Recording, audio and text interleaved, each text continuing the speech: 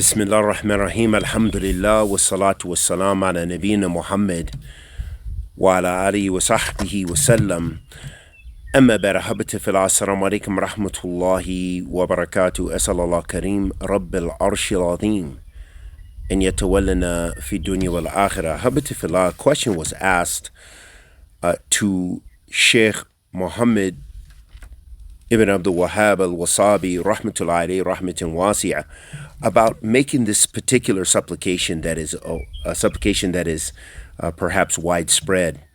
Allahumma laka sumtu wa ala rizqika aftartu, which means it's a dua saying, "O Allah, for you I have fasted, and from your rizq, your provisions, I break my fast."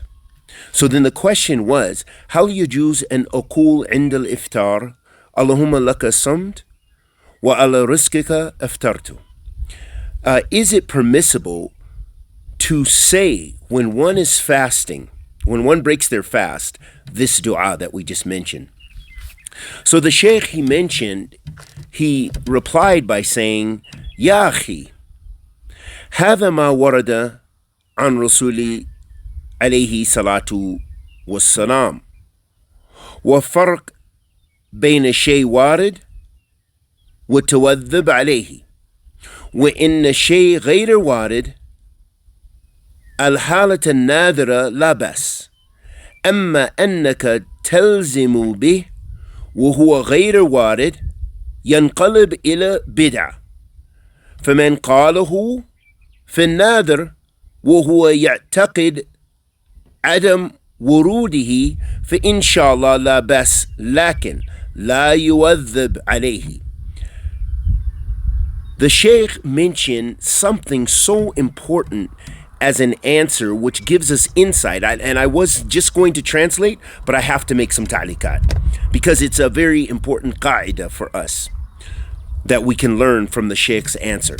So he said, "Oh my brother, this has not been mentioned on the Prophet ﷺ, meaning there is no, this supplication has not been authenticated from the Sunnah of the Prophet ﷺ. And there's a difference between something which is mentioned in the Sunnah and something which people practice on a regular basis, which is not mentioned in the Sunnah." And he said, if someone does this sometimes, rarely they make this kind of supplication, then there's no problem. And he says, as for if you make it where you have made this your practice that you have to do, okay, and it's something which is not mentioned in the Sunnah, then this is a bid'ah.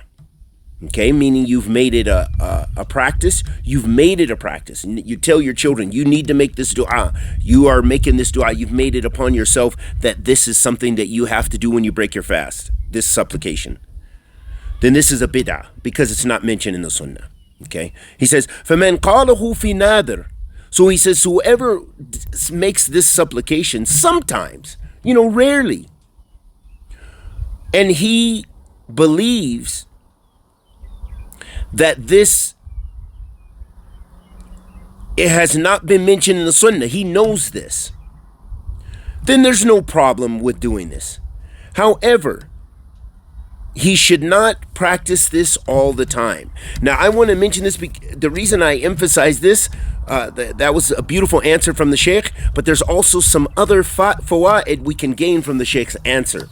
And one of the most important thing is that some of these issues are much more broad, meaning there is no dua mentioned for this specific time. There is no, you're making a certain dua or something like this. There's no problem with making your personal du'as, but just don't do it all the time thinking that this is from the Sunnah. Okay, do not force others or even force yourself, saying every time I break my fast I need to say this, every time I pray Salatul Duha I need to do this. Because now you have made that a new sunnah, because it's not mentioned in the sunnah. But if you do it rarely, for example, even the one who makes dua, because this is a common question, who makes dua right after salat, if they do this rarely, they have a need, there's no problem. There's nothing haram about making dua at that time. But we know from the sunnah of the Prophet ﷺ, we should do certain adhkar, and that is not one of the times that are mentioned specifically for dua.